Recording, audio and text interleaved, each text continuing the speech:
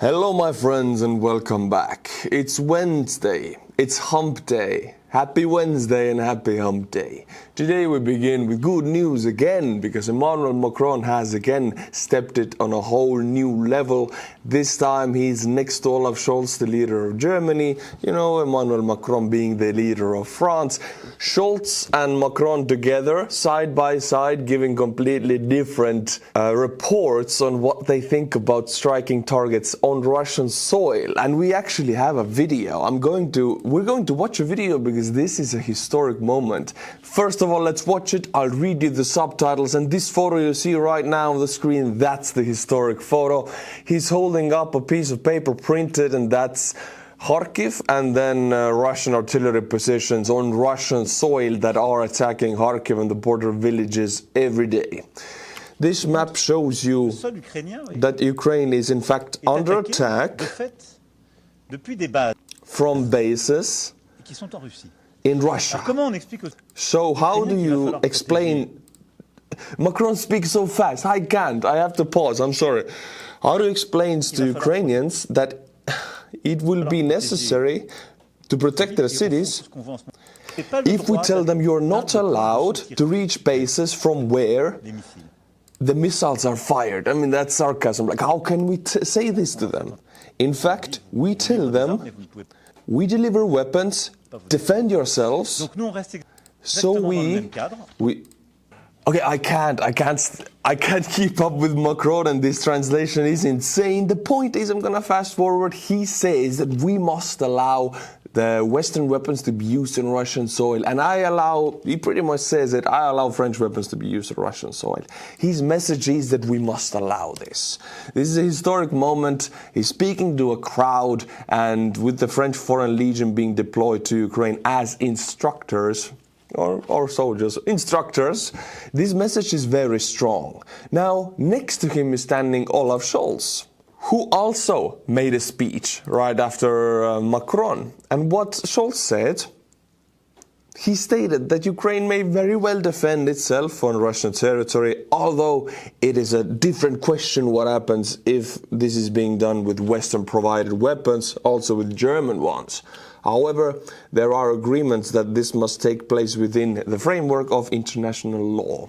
So Scholz is very careful with his words, playing around with them, not like Macron, who is like, hey, we must allow them to attack. I'm sorry about the pirate French accent. This is how I view the French in my head. Give Macron a little baguette also. I know we all like to make fun of the French, but they have actually stepped up big time. So I gotta say merci to all of the French people and Emmanuel Macron, the French politicians who are behind these decisions to not be afraid of Russia and themselves set the red lines, not follow Russia's red lines. But my friends, talking about the French Foreign Legion being deployed into Ukraine as instructors, of course Russia is very much afraid of this because the French Foreign Legion, make as many jokes about the French as you want, they are one of the best fighting forces in the world. I'm not saying the best, they're one of the best. They're in the top 5 at least. Russia knows this, Russian army knows this, generals knows this. They know the state of their army. There is no comparison, there is no competition. If you put a Russian soldier against the French Foreign Legion soldier, there is no battle. There is one clear victor, which is the French. Now, they already published, for propaganda reasons, for their internal consumption, first photos of French Foreign Legion soldiers being killed. Now this is of course propaganda and it's all fakes. I cannot show you these photos on YouTube, but the links are in the description below. Go and check them out yourselves. All of the links always are in the description. These photos are too clean, too clear-cut. The French Foreign Legion doesn't use this camouflage that the soldier is wearing right here. The photos are different because in the first photo the soldier's mouth is closed and he's smiling. On the second photo his soldier's mouth is open and he's not smiling, meaning he changed his expression. I mean, it's all a big photo shoot.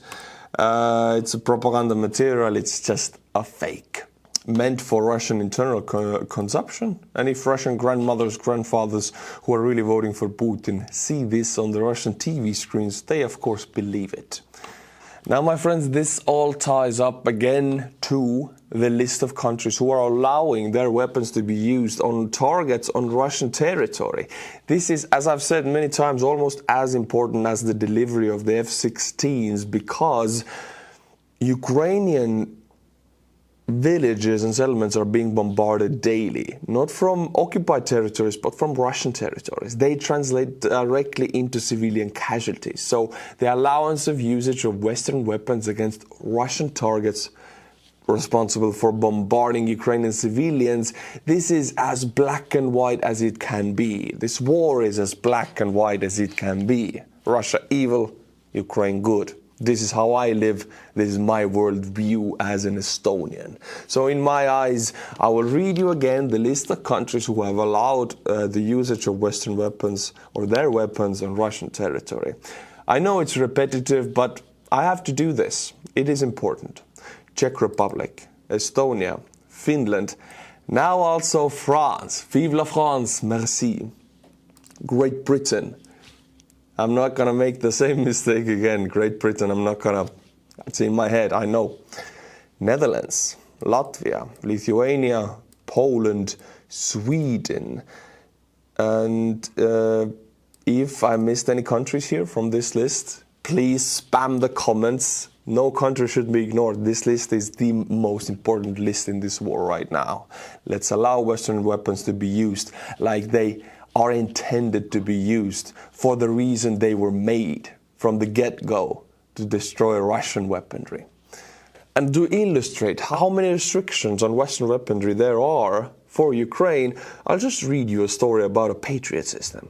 You remember a little while ago there was one single day when Ukraine shot down 4 Russian planes in one day. It was this Patriot hit-and-run tactic. Nobody knows how they did it, and Russians were very frightened to use their air assets about a month after that. Now they're using them again in full swing, but that one attack, with one day, 4 destroyed Russian planes, with a completely surprise attack, pushed Russian glide bombers away from Ukrainian settlements for a whole month. This is how effective it was.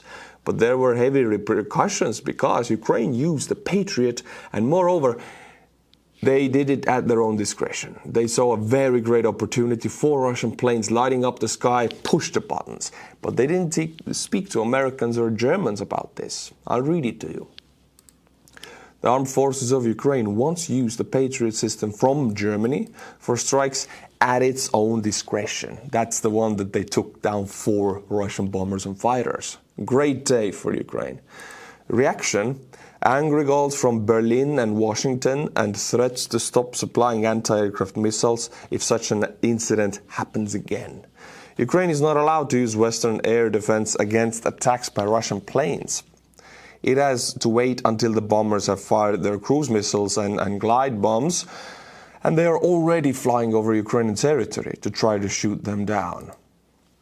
So Ukraine is not allowed to shoot down Russian planes anymore with Patriot systems, only react to the missiles that are already in Ukrainian airspace. I think this has to change, because Ukraine can shoot down Russian planes with Patriot, but they're not allowed to do this. If they are, they could take down, like they did, 4 planes in one day, and after that Russians are very careful for a whole month again, saving altogether tens, if not hundreds of civilian lives, including women and children. Now, if you're from Germany or America, I don't, of course, want to bash you or your country. Both of these nations have done the most money-wise. The numbers are up there. It's top 3 for Ukraine. It's not anything personal or any kind of public discrimination against the German or American people. I do want to thank you for the aid. I'm just opening up how important it is to allow Ukraine to use the full potential of these weapons. Otherwise, there's not that much use of them, because civilian lives are still being taken by Russian terror bombing. This can be stopped. The weapons can do that. It's about the political decision. My friends, the Ukrainian pilots flew their first F-16 mission. This is a little bit of a clickbaity title, but it is not also, because they actually did fly the first mission, but it's not what you think, because it's not a combat mission. It was an escort mission. These F-16s are piloted by Ukrainian pilots, flew along the aircraft with the Ukrainian president on board in the skies over Belgium. This country promised to give Ukraine 30 F-16s by 2028. Today, Belgium also signed a security agreement with Ukraine, becoming the 11th NATO country which did it in the recent months. Two things. First of all, Ukrainian pilots flying F-16 over Belgian skies, escorting their own president. That's beautiful. Second of all, 11 NATO countries have signed a bilateral security treaty with Ukraine. This indicates the long-term support for Ukraine, military and economical, which is not connected to any tiredness or war fatigue. It is a treaty. This is how you do it. I mean, if you're tired, you still have to oblige by your treaties. Europe and NATO are behind Ukraine long term. This Russian gamble has failed. The West will not get tired. People will. They have a choice. Militaries don't. I don't. I will carry on. What about the overall F-16 update? Because we all know it is about to happen. The first F-16s will enter Ukrainian airspace in Ukrainian territory within a month. Belgium will provide Ukraine with 30 F-16 fighters by 2028. The delivery of the first planes is planned by the end of this year. But it's only Belgium. We also have the Netherlands, Danish, and Norway. And here you can see the numbers pledged also, altogether 85 F-16s. But from these 85s, 55 F-16s are supposed to enter Ukraine this year. And the rest will take 5 more years. 55 of them by the end of 2024. My friends, there was an incident on the Polish-Belarusian border. About 1.5 years already, Russia and Belarus have been using hybrid warfare against European countries and NATO countries. And one of these weapons of hybrid warfare is an immigration weapon. Since Russia has deep connections with many dictatorships from Africa through Wagner, they are funneling immigrants from these countries into Russia, then to Belarus, and then just dumping them on the Polish border into no man's land, saying just go. They will accept you, and they are not letting the immigrants back. So they're trapped in no man's land. Belarusian border guards use gunpoint to force them forward. Polish are, of course, not letting them in. But this creates constant tension on the Polish border and diverts resources to the Polish border. So Poland has to use resources there. And what happened yesterday? A migrant who was trying to enter Poland illegally from Belarus attacked and stabbed a Polish soldier. A military ambulance took the soldier to hospital. Now his life is not in danger. At another site, border guards were also injured. One of them was hit in the head with a bottle by illegals. I mean, what? Imagine you're guarding a border, you're walking by the fence, suddenly an arm appears from the fence with a glass bottle. It's like, chaga! Straight to the head. I shouldn't be laughing, it's serious, but it's just a little bit funny. While the other was wounded with a knife, which was taped to a stick. Look at this, we actually have a photo of this, and they use it as a spear, they throw it. I mean, Polish border guards have firearms, but of course you're not going to shoot the immigrants like that. You're not going to, like, we're European Union, we don't do that. But they are throwing spears at the Polish border guards. I don't know what to make of this. This is, like, it's Cold War in a sense that it's a cold weapon. And there's no real conventional war going on between Poland and Belarus, so it is like Cold War. But now blood has been drawn, first blood. But this is over all of the limits. This is over the red line. I have trust in Poland, though. They know what to do. They know how to react. They're not going to succumb to provocations. They are reacting appropriately to this. My friends, yesterday the Georgian parliament overrided the president's veto not to publish the Russian law, and now the parliament published it. That's how the Georgian constitution works, that if the president doesn't do it, the parliament can then do it. And then the president has 5 days to sign it. If they don't, then the speaker of the parliament can sign it and the law will be published.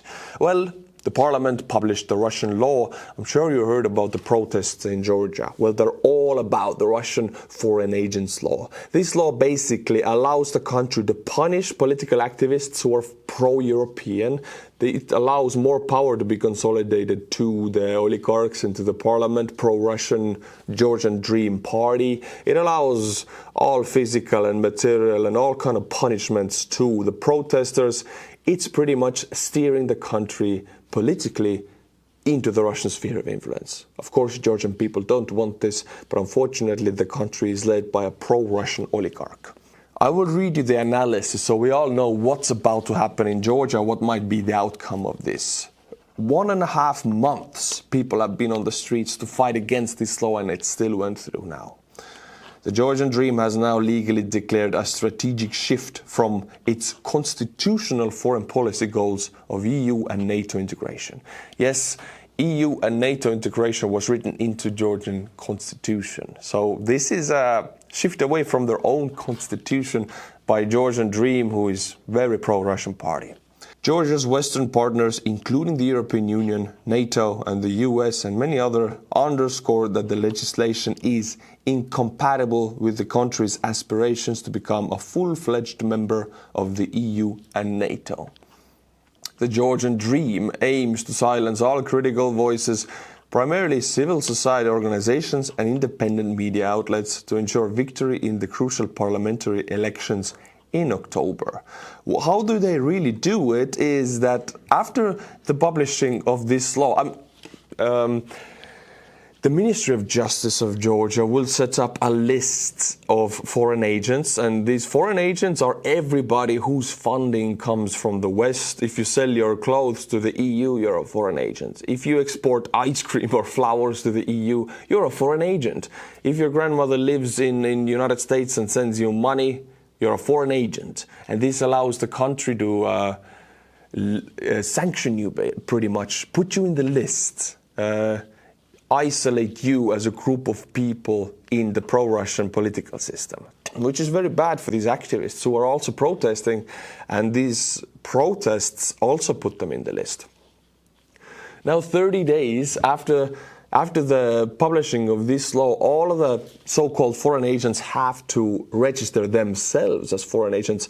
If they don't do that, the Ministry of Justice has the right to fine them with 9,000 USD, up to 9,000 USD, which is like an insane amount of money in Georgia.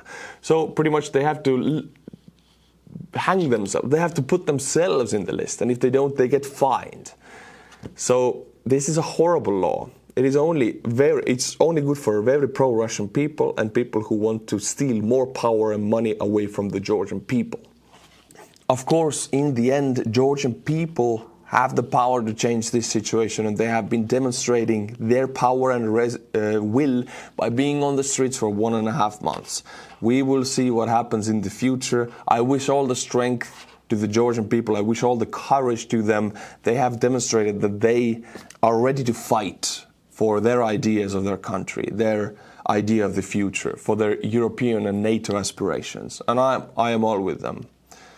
Now, my friends, June is right on the door, and as you can see, I'm wearing a nice shirt because it's so warm outside. Summer is here. And in June, the Czech-led Shell initiative, 1.6 billion in shells, will be sent to Ukraine. The first shipments will start arriving to Ukraine, 155mm shells, and they will immediately have an effect on the battlefield, and they'll immediately translate into more Russian losses, because most of the losses happen through drones and artillery shells.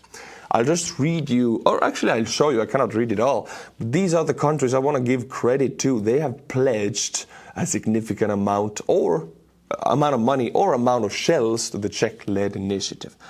As we can see, Germany pledged 180,000, and we have also money pledges. We have also crowdfunding for shells, but they funded 122mm shells. Now they will start delivering in June, and be ready for this. F-16s and this together combined arriving in June, this will make a hell of a difference on the battlefield. It will get interesting. My friends, we now know what is the amount of money Russia is offering through Wagner to the African countries. Actually, they're recruiting from Africa, Central African countries, dictatorships. It is $2,200 per month to mercenaries who go and fight for Russia against Ukraine. In these photos and videos, you can see these mercenaries, some of them from China, some of them from India, and most of them from Central African countries. Also Nepal. Now, a drone or an artillery shell does not discriminate between race, between youth, between gender. It just kills the same. The thing is, Russia has stolen all billions of the oil money from Russian people, Russian government, and Putin has done it. And if they funnel that to hire mercenaries for $2,200 per month, unfortunately, they can hire a lot of the mercenaries. Thousands, if not tens of thousands. This is an issue already, and it will be a bigger issue in the future.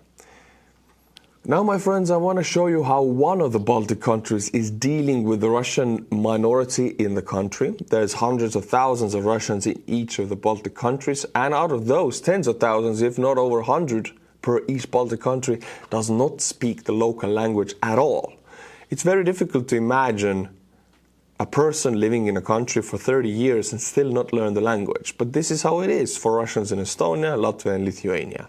How Latvia has decided to deal with this? Well, last year they changed their immigration laws. They changed the law in a way. It makes a lot of sense to me that if you are living in Latvia, you will have to make the test of A2 level Latvian language.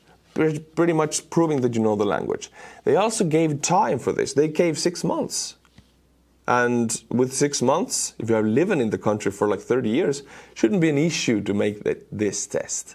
But about 50% of the people who face expulsion from the country, it's like 10,000 people whose living permits are expiring.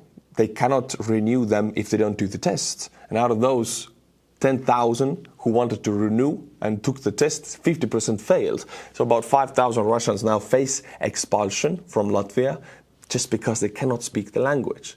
Now, it makes sense to me. If you live in a country, respect the country. If you're in Rome, do like the Romans. Learn the culture, learn the language, and you might be a very beneficial part of that society, and that society will be a very beneficial part in your life. That's how I think. So Latvia is very forceful with this Russian-speaking minority who are spitting on the Russian law, culture and society and language and don't learn it. Well, now they're being sent out from Latvia. Iran has supplied Russia with the latest guided aerial bombs. This is the first footage we have seen about these bombs in Russia. The analyst came to this conclusion after analyzing a video footage from the crash site of the Iranian Moiz 6 heavy drone that crashed in the Kursk region of Russian Federation last weekend. It was carrying Iranian kyiv, I don't know how to say this, kyiv guided bombs, which the Russian army had not previously used in war with Ukraine. So this is a whole new weapon system Iran is providing to Russia. Unfortunately, we don't know how precise it is, but if it's a laser-guided bomb, a glide bomb, then possibly could be quite precise. The Shahed drone proved to be not a very effective weapon, but if you use them en masse, in thousands, like they were used, they can be very deadly. So Iran, unfortunately, can also escalate this war by giving more and newer weapons. One good thing about this is we know that Russia is paying not top dollar, but the most expensive price there is for such kind of weapons. Iran is not asking little. They're asking like 5 times as much as the weapons are worth. And then there is the Russian procurement officers who take their part. So Russia is possibly paying like 10 times of the weapons price to Iran for these guide bombs. So this is where all their money goes. This is why Belarus took over, because they're running out of money.